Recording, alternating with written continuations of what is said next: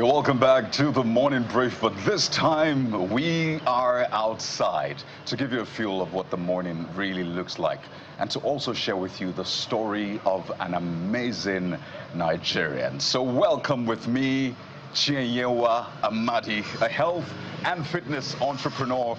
This amazing lady rode her bike from Nigeria to France and back just to do something amazing. She'll be sharing it with us today, but Chibeda, we know you as Chibeda. Good morning. Good morning. I mean, look at you in your bike. It's really cool. Your outfit. Oh, wow. Good morning again. How are you doing? I'm fine, and you? Know, I'm very well. I am starstruck, I must say, really? seeing you in your kit on your bike.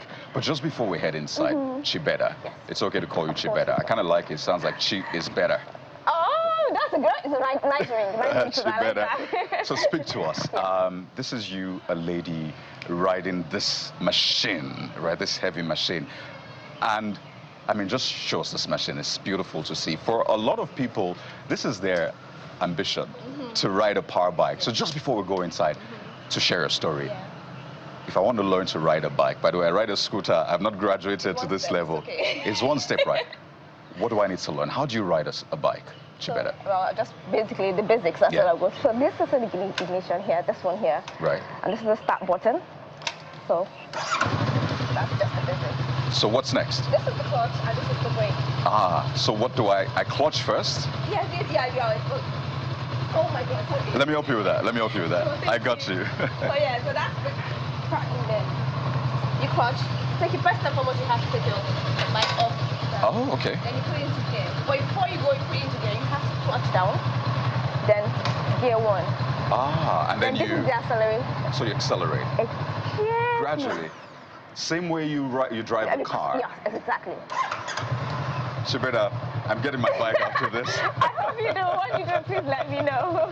I'll celebrate you as well. I love that. Thank you. So let's go into the studio to share your amazing story. I'd love to keep this, Chibeda, but I have to give you back because I'll be theft. Thank you so much. Yes. So this is Chibeda. We're going to be sharing her story. She did something amazing, as I said. She rode from Nigeria to France to raise awareness about something really important. What is it? Join us in the studio. So Chibeda, welcome to Channels Television. Thank you very much. Our global headquarters. So we're heading this way to the studio. Awesome. Thank you. I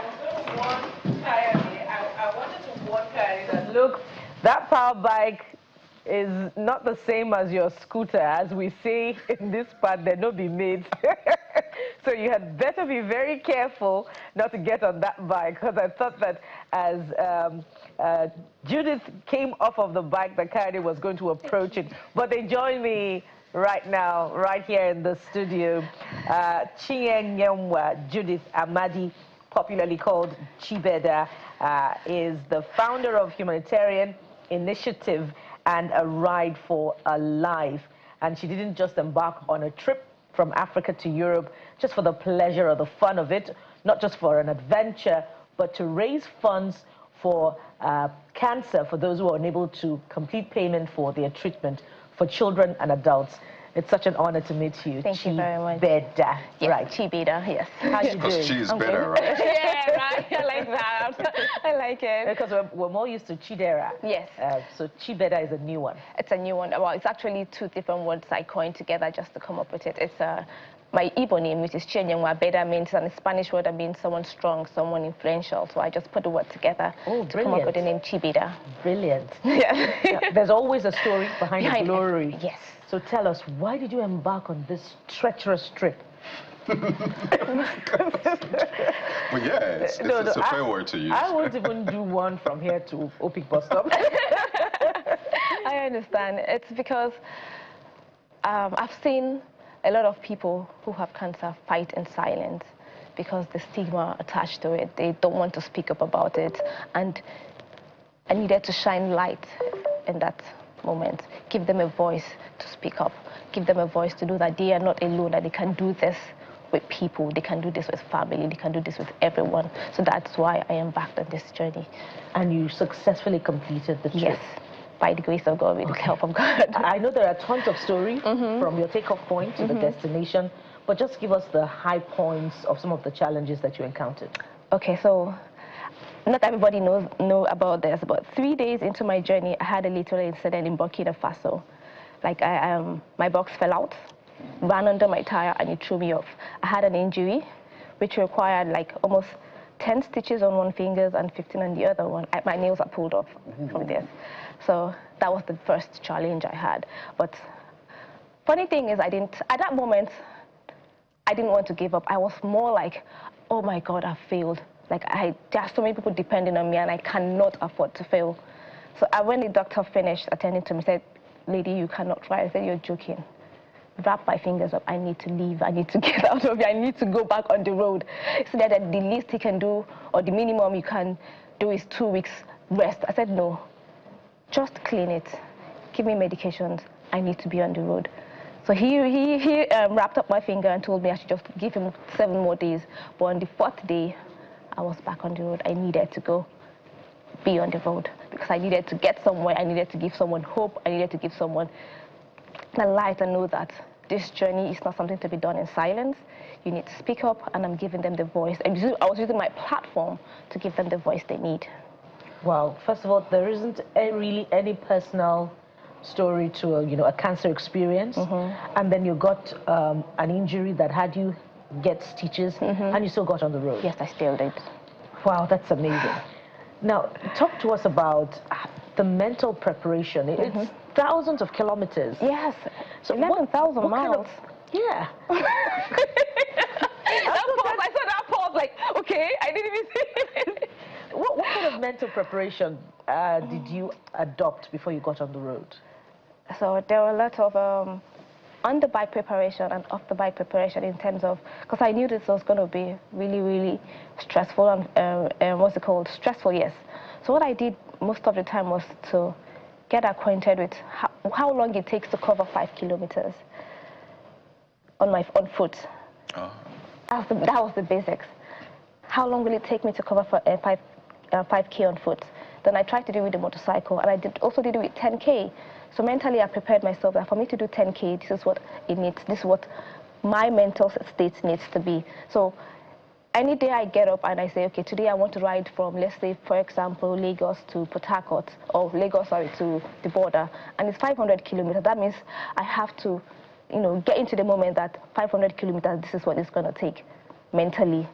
But physically, all I had to do was ensure that I have how many kilometers, because everyday preparation is know where you're starting, because you can't afford to stop in a place where there is no hotels or civilization. You can't, because there are some places where you go like 300 kilometers, 200 kilometers, there is no housing, there is just plain blank roads. So you have to plan ahead, know where you're starting, know where you're stopping. So by doing that, I know that if I'm taking off from here, the next stop I should be for the day should be XYZ. And this is what it's going to take, and this is how far I should go mentally. So that's what I do off the bike and ensure that I get there safely. I can't help but just look at your finger. Yeah. You lost a nail. I did. And I can see the stitches as well. It's still there, and it's still, maybe the colorations are, discolorations are still there. I can't bend my fingers now. It's still, like, compared to this, this is what I could do. This is the highest I can do. But of course, with more exercise, I'll get some mobility into it. But right now, this is the highest I can do. So it just shows how much price you had to pay for this cause. I mean, for a lot of people, they think it's a glamour. You're trying to get attention, trying to show you're really cool. No. Yes, I mean, power bikes make you seem really cool, right? So she's just doing it just so she can make the news and seem like a predator of the roads that she is. But this is deeper for you. Yes, it is. And walk us through the countries you rode through, all the way to France, and perhaps the personal experiences you had with people, with nature, with God, because I know this was central to your journey. So first, the countries you rode through. I wanted to ask why France, but maybe you tell us. It was not supposed to be France anyway. It's because of the delay I had in Burkina Faso, Senegal. I was supposed to get all the way to Netherlands, but I got to France during the winter. It was very cold. So, and I was struggling because I didn't prepare for winter. Most of the riding gears I went with were just mid-winter kind of gear. Yeah, not not the full gear where you have to wear your kitted gears and all that. I didn't go with all of that. Oh, that's why you stopped at France. Yeah, but actually, when I got to France, I did a little bit into Belgium and Luxembourg, but it wasn't that much. I had to turn back and start. So walk us through that. Yeah, sure. The countries. Okay. Yeah.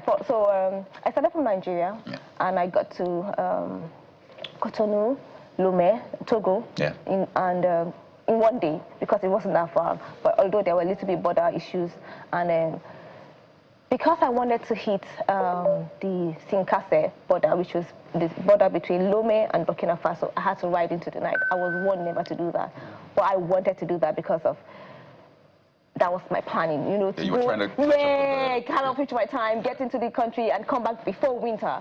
So I had to ride into the night and camped close to the border. I got in late at night, around 9. So I got to Burkina, Sinkase border, sorry. Waited for it to open the next day, and I crossed over. But it was at the what's it called? At the point of crossing from the Sinkase border to Ouagadougou, B2, that was where I had a little incident. And that's when you know the biking community is very huge. Oh, absolutely. They are remarkable. So I called my contact, because before I left every country, before I reach any country, sorry, I reach out to the biking community. Hey, this is me, this is what I'm doing. Please, I need your support in any way you can help me. If it's with border passing, if it's with hotel accommodation, help me get through. Because these are Francophone countries, I don't speak French. The little bonjour, that's it. So immediately I reached out to my biker friend. I said, I am down, I need help. And this happened around 3-ish, 6:30 they were there. And this is still 300 kilometers into Ouagadougou, which is the capital of Burkina Faso. They showed up. They carried That was early in the morning? No, that same afternoon. Oh, 3 it happened p.m. 3 p.m., Okay, sorry. 6:30 same day they showed up. They carried all my things, took me to the hospital. First of all, they ran an x-ray to be sure that my fingers were not broken. And they performed the surgery that night. Because if a dead skin, if it's look at your face, if it's a dead skin, it would take time to recover. So they had to perform the surgery that night to make sure that I didn't. My fingers are okay. I recovered fully. So I stayed there for like a week trying to get everything sorted. It got to a point when he told me, I'm not trying to exaggerate, but if they want to cut off these 2 fingers, they should do it. That was 2 fingers compared to a child's life who's fighting cancer. To someone's life who is fighting cancer, this is just 2 fingers, and I still have my life. They don't have their life. They're not in control. Their life depends on the chemo they take on on monthly basis. So I told the doctor, do you want to take it off so I can ride? No, I'm sure he was thinking, come on, what's going on with this lady? That was how passionate, because I didn't want to fail. I wanted to get it on the road, and I needed to raise funds. I needed to give someone a reason to smile, because it was Christmas coming. I needed to give someone a reason to say, oh, don't worry, I have your money. You can Christmas present. You know, you can finish your chemo, because okay, let's go back to the story. So from Burkina Faso, I was supposed to go through Mali, but because of the risk involved passing through Mali, I was advised not to go through Mali because of the political crisis and the fuel situation. I had to dive back to Côte d'Ivoire. And the reason why I wanted to go through Mali was because I wanted to avoid Guinea. Have you been to Guinea before? No. Hey, Jesus. Guinea traumatized me. So from Burkina Faso, I went to Côte d'Ivoire. Côte d'Ivoire was lovely. The biking community also supported me. Now it was not time to cross over to Guinea. Because of language barrier, I was directed to the wrong border between Ivory Coast and Guinea. I went through Beligba instead of Danani. Danani had good roads. Beligba, oh Lord. The roads were terrible. If there was road, it would have been okay. Oh dear. That was the first time I passed through. I don't know if I'll call that a stream or a river, but when I passed it, I came down. I said, God, thank you, Jesus. Thank you, Jesus. I took a video. I showed it to myself.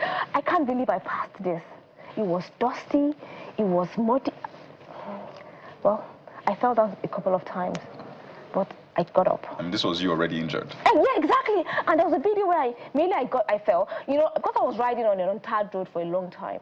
I was tired. I said, okay, let me take a breather. I stopped my bike, put my leg down. I thought I put my leg down in my mind, but my leg was not down. So I tipped over. And then when I was on that stretch, I didn't see anybody passing. So I just put down my bike, brought down my phone, so okay, let me record myself doing this. I'm kidding you not. Immediately I dropped my phone, I went to my bike, somebody came in. And that was how I knew that God was with me on this journey. Somebody came at the right... I've been on this road for like almost 100 kilometers. Nobody passed. But immediately my bike fell, and I wanted to lift it up. Someone showed up. He helped me to lift my bike up. And I continued the journey. So that's why every story I make, when I try to post it, I let people know that this is similar to what cancer patients face on a daily basis. They're not sure of what the road brings, but if they have the right support, they can get up and keep fighting. If I didn't have that support at that point in time, I would have probably been frustrated. I would have been crying, why me, why me? But because he was there, he lifted me up. And I continued my journey. That's what cancer patients need. Cancer warriors, I call them warriors because they're fighters. They're stronger than we know. If they have that support, financial support, they can fight. So from Guinea all the way to Senegal was the next country, but trust me, the whole of Guinea, I had 2 punctured tires in Guinea again. Yay, the PTSD. Guinea really showed you Guinea. Shake your bands, I swear. So I finished to Guinea, thank God, and I proceeded to Senegal. Senegal was another place I was delayed for almost a week because of my Mauritanian visa. I applied several times, I got rejected several times. I applied for my Schengen visa, I was rejected. I was applying my Mauritanian. I had all my visas because I've been planning this since the beginning of per year. So I had all my visa, it was just Mauritanian, they kept rejecting me all the time. So when I got to Senegal, I had to reach out to the Nigerian embassy. This is my problem. I've been applying, I have all the right documents. I don't know why they keep rejecting me. I was made to understand that is the thing, them and Nigeria, they don't like giving us visas. And it's supposed to be visa on arrival. Yeah. But it wasn't. But not for Nigeria. Not for Nigerians. So luckily for me, the Nigerian embassy were very accommodating. They helped me with the application. I was able to scale through, and I moved over to Mauritania. And that was where I had another fall on my motorcycle. I'm sure. Same thing again. I had help. The same help I'm talking about, the same support I'm talking about, what cancer warriors need. They fall every single time. They need help. They need support. If nobody is there to help them, they'll die in silence. And cancer is the only battle. Cancer is the only disease that people fight in silence. Well, coupled with HIV and all. They don't want to speak out. I think maybe it's a stigma, I don't know, but they prefer not to talk about it. So when that happened, so from Senegal, Mauritania, was Morocco. Morocco was the next one. Morocco was seamless. From Morocco, I got to Morocco is the country where you board a ferry and cross over to Europe. People say, oh, there's no road to Europe. Of course, there's no road, yes, but there's a route. When you get to Morocco, you can take a ferry. Said 90 minutes ferry from Morocco to Europe. You can decide to go to Spain, France, Italy, wherever you want. So then I crossed over. Then from there, it was all easy because that was where it was much, much easier for me. From France, Spain, France, all the way to, I was able to get to Belgium a little bit. Because Belgium and Luxembourg are really close. Into, when you say you're going to Nigeria, you go touch them and come back. So that was what I did. That was what I did in Netherlands. I just went to Zealand and I just think it was too cold. I had to wear like 7 pants down. Layers of clothes plus raincoats to retain temperature for me to be able to ride. When riding in Europe, I had to stop every 50 kilometers. Because you're actually riding, so the elements are hitting you more. What are you saying? So I had to stop every 50 kilometers to warm up. But I kept moving. Amazing. Amazing. And then back. In the last 5 minutes or so, I've been looking at you. Yeah, I'm looking at your face. Are you really flesh and blood? No, well done, well done. Thank you. Let's talk about the funding bit of it. Yes. First of all, I know that you're putting a lot of resources into this. Yeah.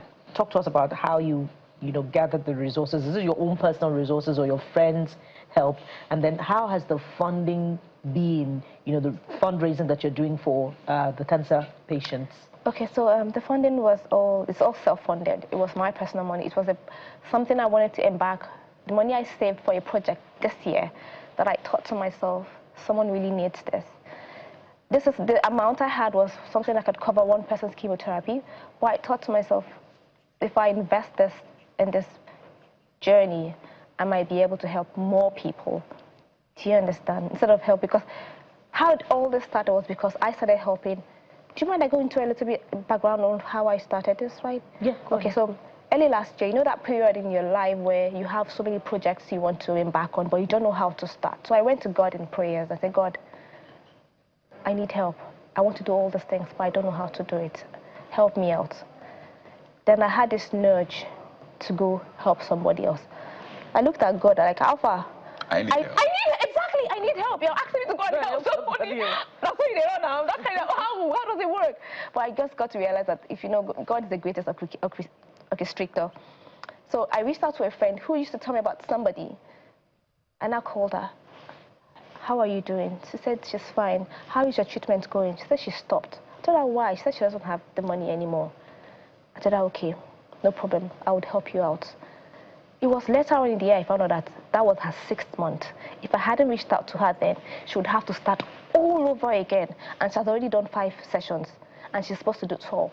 So I had to start from then to start helping her with her treatment. So if she had missed that 6th month, all those 5 useless. You have to do the 12 all over again. So when I finished with the chemotherapy, it was now time for the surgery. And I thought to myself, there are so many people like her in this country.